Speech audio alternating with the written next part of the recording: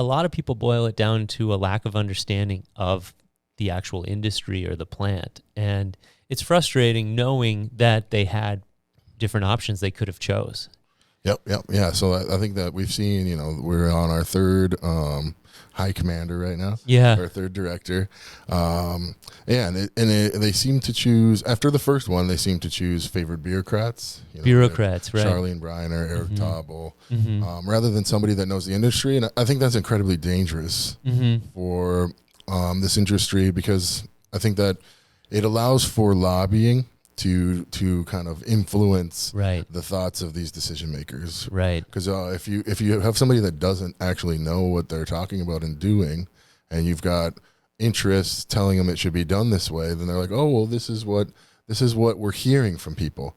And I think that one of the problems in Minnesota cannabis, at least for the small business side, is like we don't really have like an organization of small cannabis businesses that's lobbying on our behalf and organizing on our behalf. Right. And I think that's a big hole because like I think most laws, in my experience, are shaped due to lobbying.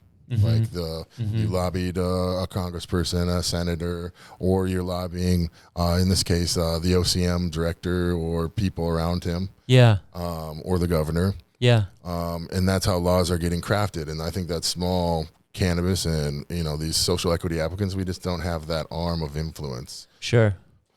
Well, and with the two medical providers, one, it's a duopoly. And two, they happen to kind of be run from outside of the state of Minnesota.